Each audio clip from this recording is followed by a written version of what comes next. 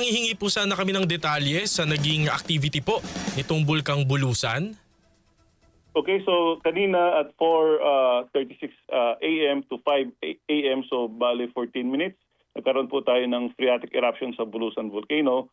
And yung plume height umabot ng 4,500 meters and it's drifting towards west-southwest. But before it happened, for the past 24 hours, nakapagtala tayo ng more than 50 volcanic earthquakes, 56 to be exact.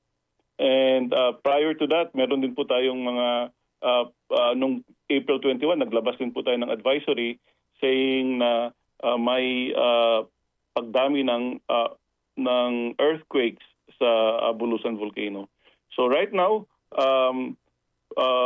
we advise yung mga tao na huwag po silang pumasok inside the 4-kilometer permanent danger zone. May mga 14 barangays po tayo inside the 4-kilometer permanent danger zone.